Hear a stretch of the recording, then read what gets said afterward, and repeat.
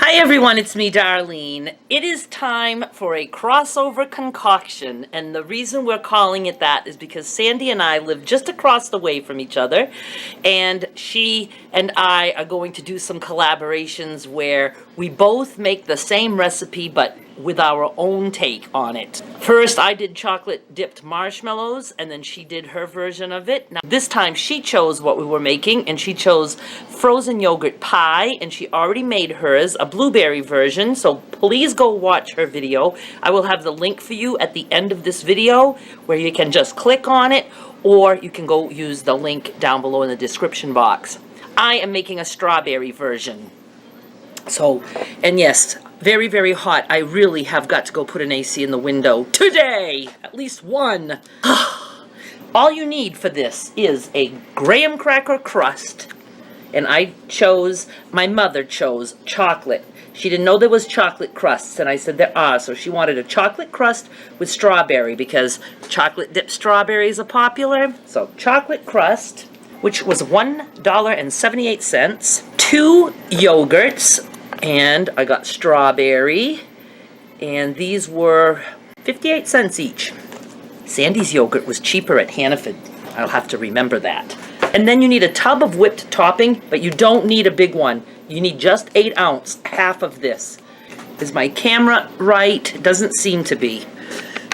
So obviously you can use whatever flavor you want, whatever kind of crust you want. I happen to have some frozen strawberries left over from when we made the strawberry banana sorbet. That recipe is in my concoctions playlist if you want to go check that out.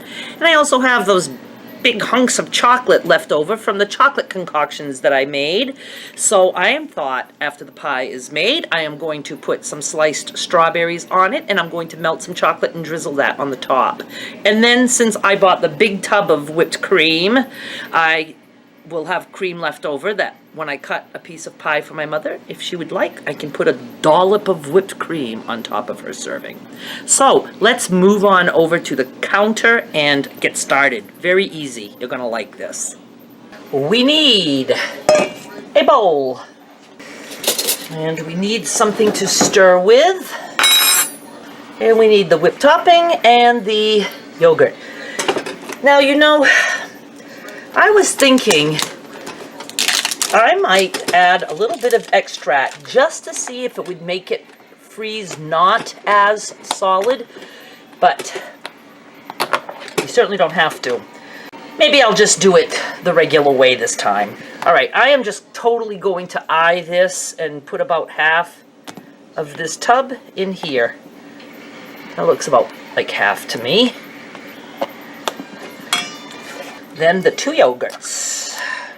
Yes, I licked that. Licked.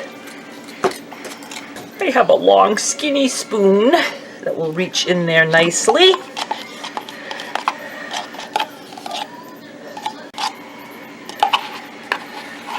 See if we can get this one off all at once. Oh, only requires 1 big lick. I'm not big on yogurt. But I mean, with the whipped cream, it'll be all right. But this is for my mother anyway. And I love that it's frozen because then it's just there for whenever she wants a piece. Now, so easy. I mean, seriously. Now, if I wanted, I could add a little bit of red food coloring if I wanted it to be more red or more strawberry pink. How about we try that? And since I cleaned my junk drawer with you guys, I knew where my food coloring was. Just to make it pinkier. Ah. Could even leave it a little bit swirled like this. I'm going to taste this, because I don't think I've ever had just whipped cream and yogurt like that. Okay. That would be delicious. All right, I'm gonna go get the crust. Did you miss me? I hope not. Handy dandy, easy crust. Comes with the cover and everything. And this was $1.78 for the Keebler. I got Keebler because that's the only one that had chocolate. But the store brand at Walmart of just the plain was only $1.50. You know, at that price, it's really not worth making your own. I wonder if I have too much whipped cream. Looks like a lot. Let's spread this down in there. Oh, so pretty. This was a good idea, Sandy. You can leave us comments, you know, either on Sandy's channel or mine, letting us know what you'd like us to collaborate on next for another crossover concoction. I just took the strawberries out of the freezer, so I'm just going to let them thaw just a little bit. I would like them, they can still be frozen on the pie, but I'm going to be adding that, and I will also go melt my chocolate, and I will be back. I just took these strawberries out about 5 minutes ago, and it's kind of hot in here today. So see, I can totally cut those. I should call it slicing. I think that's the correct term.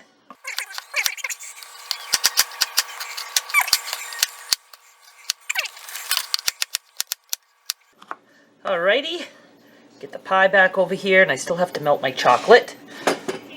The pie.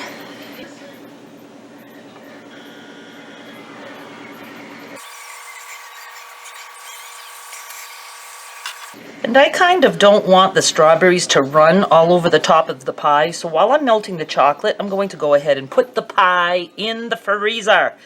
Just like this, not with the cover or anything, just so it can not get all gooey. Wow, I cut more strawberries than I thought. But it's going to be pretties.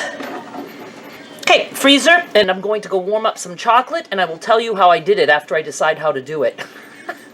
You guys might remember this from a previous video. It's almond bark, and it's just chocolate that is inexpensive and very good for the price. So you can use this, or you can use a chocolate bar or baking morsels or whatever chocolate you want, or you can have other flavors if you want.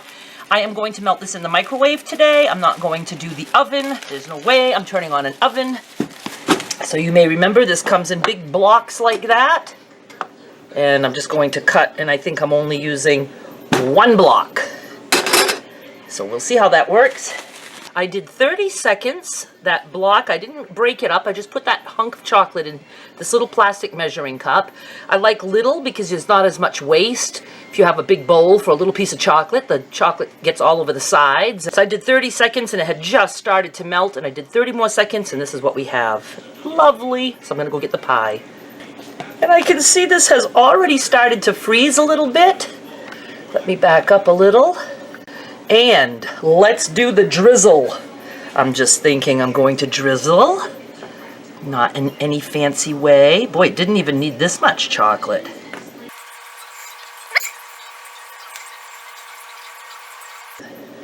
I've never been trained in drizzling. I would think that would be enough, but since I melted this, since my mother is not pre-diabetic or diabetic, and since she's 93 years old, and she's made it this long, eating tons of sugar all her life, I'm going to let her have all the chocolate. It's actually quite pretty, don't you think?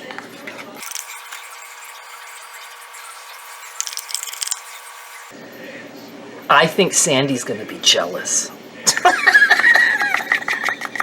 I think she said her husband liked hers. I can't remember. Yes, I think he did. She said he ate a bunch of it, I think. All right. And yes, I know you need to know. I licked the spoon, but I did not lick the cup. That went right into the water. Cover. Let's put cover on. You just take this thing off. Then you just put the cover on, and then you pinch the foil back down. I mean, come on, huh? This is so cool. Now, the whipped cream, mine was $2, but you can get an 8-ounce for $1. So, in a lot of places, you can get yogurt 50 cents each. So, let's say if you buy just the store brand of the crust, that would be $1.50. 2 yogurts, that would be a total of $2.50. Plus the whipped cream would be $3.50. If you don't have to add strawberries and stuff, but you'd have a nice pie. basic pie for $3.50, and then you're free to add whatever you want. And this is going in the freezer. And I will talk to you back at my desk. So how super easy was that? And it was beautiful. I mean, that's worthy of bringing to someone's house for a special occasion. And another thing I thought of, I wanted to buy some sweetened condensed milk to try for the heck of it, and I didn't. And there's also a recipe for sweetened condensed milk. I don't think I would ever bother making it because it's a little bit time consuming and you got to do it just right. I'm not into just right. To me, just right is what's in the can at the store. But if you wanted to add some sweetened condensed milk or even Caro corn syrup, a little bit, I would say maybe a couple tablespoons, you know, that would also stop it from freezing so solid. But I'm not going to be showing you me cutting the pie because Sandy already did that. I would say that that pie would be ready to eat in like maybe 3 or 4 hours, where you would be able to just take it out and cut it easily. But Sandy grew up with this stuff, and she said, you know, her mother would just leave it in the freezer and then cut some slices, take it out, leave it on the counter for just a few minutes and cut some slices and give it to the kids to go eat in their hand outside. It's like a nice frozen good treat. But then Sandy left it out. I think it took her about 30 minutes of leaving it out on the counter. And again, it depends on the temperature in your home, but then she was able to cut it fairly easy. So I will direct you back to her video so you can see that step, because I want to hurry up and get this uploaded. I have some other videos to do, so I don't want to wait and wait for it to freeze. I'm too anxious to move on to something else. But maybe tomorrow when I give my mother a slice, or maybe later tonight or whatever, maybe I can show you and put it on a daily update or whatever. But I'm hot right now. Can you tell? Hot alert! And I gotta go try to put an AC in the window and then go sit in front of it, directly in front of it. Naked! No, I'm just kidding. Don't want to scare Tigger. So please, go take a look at Sandy's blueberry version of this, and thank you, Sandy, for the awesome idea. I get to choose next. Be careful, and I promise, Sandy, I'll never make you cook liver. The links are below that you need. Sandy's video link is below, and I'll also link you to my Concoctions playlist. So that is it for now. I'll talk to you soon. Bye!